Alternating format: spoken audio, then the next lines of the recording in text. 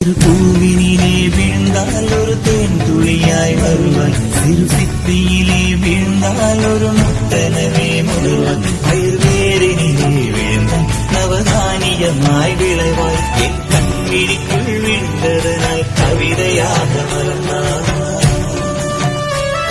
அந்த இயற்கை என்னை படைத்தால் ஒரு பெரிய சவரிது, அடைந்த வயது கழிந்த பிறகெங்கு நனைவது, இவள் கண்ணி என்பதை இந்த மழை கண்டறிந்து சொல்லியது. சக்கரவாகமோ மழையை அருந்துமா, நான் சக்கரவாக பறவையாவேது.